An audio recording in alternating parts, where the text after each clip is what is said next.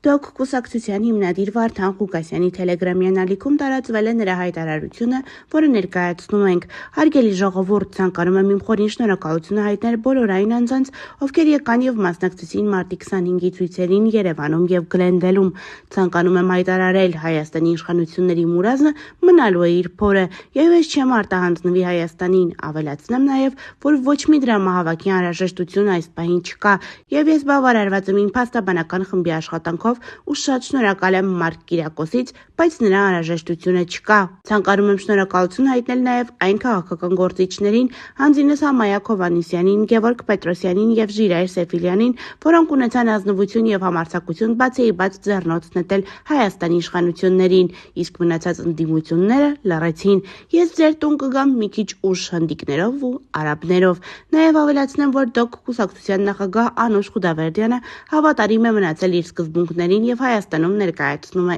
ինձ։ Կոչ եմ անում կուսակցության բոլոր անդամներին, հետևորդներին, բարեկամներին հավաքվել նրա շուրջ։ Անընդունելի է պառակտումը եւ փոխադարձ ատելությունը։ Հարգելի ժողովուրդ, չենք հանձնվում, չենք հիասթափվում եւ չենք վախենում։ Մեր ներքին թշնամին թույլ է, վախկոտ է, բայց նենգ է ու չար։ Իսկ ինչ է պետք չարի հաղթանակի համար, որպեսզի բարի մարդիկ ոչինչ չանեն։